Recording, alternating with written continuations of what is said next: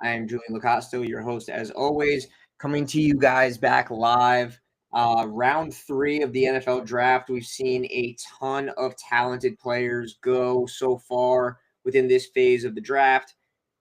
And as we speak, the New England Patriots just took Kyle Williams at pick 69. Obviously, a big gut punch to us, being as somebody that we really, really wanted at that selection. So I really am a bit upset seeing Kyle Williams go there. That was a guy that I was really, really high on at this point in the draft for the New York Jets. We need wide receiver help desperately. At this phase of the game, there's still a couple of guys that are still on the board that I really, really enjoy for pick 73 or 74, wherever we're picking. A couple names. I was just talking to Nick offline. We were talking about a couple of names that are still on the board right now. Guys that I still think are in consideration here. Siobhan Revel, for some reason, a guy that if healthy, probably is you're being looked at as a first round pick or second rounder at best. He's sliding down boards right now. He's in consideration there. Jalen Knoll, Iowa State wide receiver, is going to be there. Kevin Winston Jr., Penn State safety, who I'm very, very high on right now. Somebody that I really feel can be a game changer at the next level for us coming off of the injury. So he is sliding down boards right now. Landon Jackson, edge guy, who's still available. Edge is a sneaky need for this team right now, considering that we only have Jermaine Johnson and we have Will McDonald at that position. We don't really have much depth behind those guys. We brought in a guy. His name is escaping me, but we did bring in somebody else at that position. But we have very little depth at the edge position, so edge is a sneaky need right now. Azariah Thomas, another cornerback that we spoke about during the draft process, somebody who I feel like could be in consideration as well. And then Xavier Watts, another safety prospect out of Notre Dame that I felt was going to go a lot higher than this, still on the board right now, guys. I'm really, really shocked with the names that are still available currently in this draft right now. But we're going to have to keep waiting and seeing what's going on. The Detroit Lions just traded up to get into the higher parts of the draft right now. So they are now picking on clock at 70. It looks like they are going to be going wide receiver as well. Once that pick comes up, we will look at that as well. But guys, still a couple of really good names still on the board at positions of need. For me, I really, really want to see a receiver or a safety being picked at this position. Obviously, in the third round, you're looking at a guy that can come in and be a starter potentially right off the bat. So I believe safety or wide receiver should be the look right now. I feel like so far, the direction that the Jets are going in, it looks like we're trying to go all in on helping Justin Fields, and we're trying to go all in on the Justin Fields experiment to see whether or not this could be something that could work out in our favor going long term. A lot of really good names still on the board, like I mentioned. So I want to see what we may be possibly looking at with the next following picks. We still have a couple of teams ahead of us before we pick at 73. So I do want to see where the direction goes with that. I know Buffalo is picking a pick before us.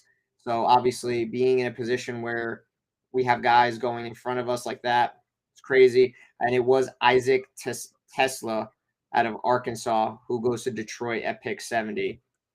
So another wide receiver going right above us. That's somebody that I didn't really have on my radar. It's actually kind of a surprising pick. I didn't see that being as somebody that would go this high, at least ahead of a lot of the guys that we're seeing on the board that are still there right now.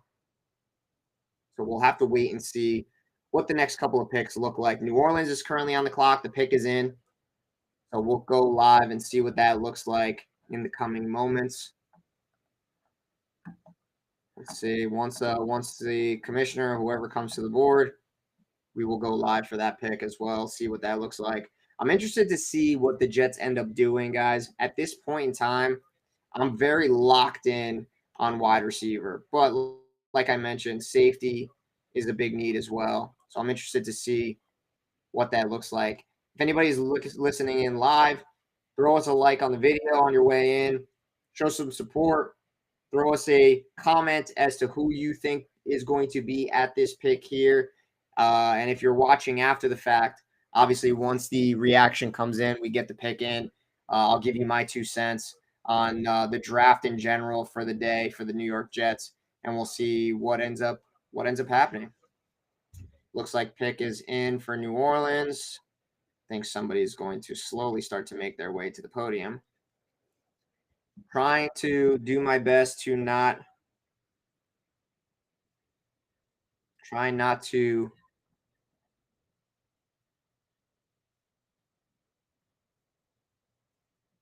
I like this. I like the corners that are still available. And it's an interesting option because obviously we have a lot of need still in the secondary. So I'm interested to see what ends up happening with the New York Jets going forward. Safety still a need, receiver still big. So I'm interested to see what these next couple of picks look like. Vernon Broughton, defensive tackle out of Texas, gets picked here for the New Orleans Saints. 6'5", 311-pound interior defensive tackle.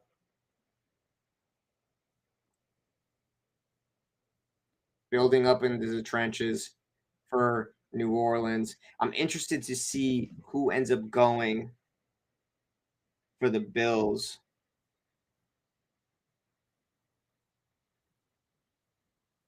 Because the Bills are up next. Interested to see what that's going to look like. They address corner. They addressed a lot on the defensive end with TJ Sanders as well. So will they continue the trend of defense or will they go with more of an offensive player? The pick is in right now. So we'll see what that looks like. I believe this may be the point in the draft where they just start putting names on the screen. Oh, looks like they're going to go live with this pick, so we'll go here. Make this pick. Being a graduate of Wisconsin, I know how y'all party in Green Bay. Y'all doing it right. Y'all doing it right. With the 72nd pick in the 2025 NFL Draft, the Buffalo Bills select Landon Jackson, defensive end. Yep, they still go defense here. Landon Jackson. Landon Jackson headed to Great pick. Guy that I probably would have considered at our next pick had he been there. You got to start looking at these defensive sides of the ball now for the New York Jets because there's a lot of names still there. Siobhan Revel, Azariah Thomas, two corners that I really, really like at this point in time. You got the safeties that are still there. You have Xavier Watts. We still have, Kevin Winston Jr. Those guys are looking like they're going to continue to fall for some reason. Very talented players. I can't see them going past the third round here. But the Jets need some type of help in the secondary. Besides Brandon Stephens, who has the flexibility to play safety. So there is still that option where we could bump him out to safety. Unless you're really high on Tony Adams playing safety opposite of Andre Cisco. He's still around. We brought him back on the tender. Jets are on the clock. So that pick's going to be coming in. I'm not looking at anything.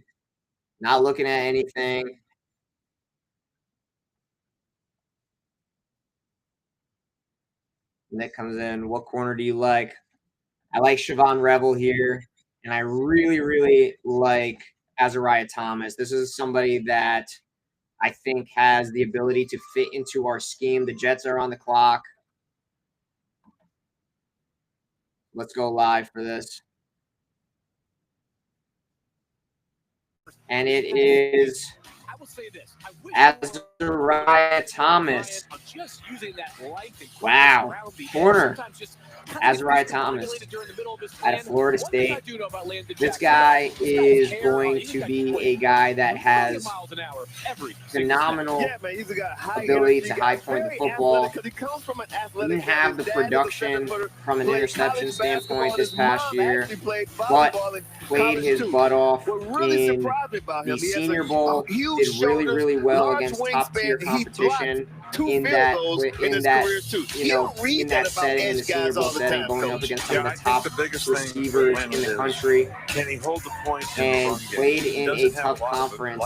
So I really do think this is going to be somebody that can be extremely helpful for our secondary. Like I said, I think Brandon Stephens has the ability to go out and play.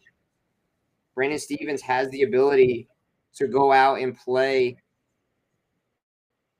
in the back. We could be having Tony Adams go out to play as our other safety, which I guess if you're punting on that position, we don't know. We still have several picks left in this draft. We could go with a safety at some point in the later rounds as well. But he does have really good man-to-man skills, and he is a phenomenal zone-type safety, which we're going to rely on a lot. Corner. He's a really good zone corner, considering that our newest defensive coordinator loves to run a lot of zone coverage, a lot of cover 3. So we talked about that a lot in previous videos, and this is a very good man-to-man and also zone-based corner. So I do think this is a phenomenal pickup for the New York Jets. Only time will tell. We'll see what ends up happening. They're showing us live video of him getting called in for the pick.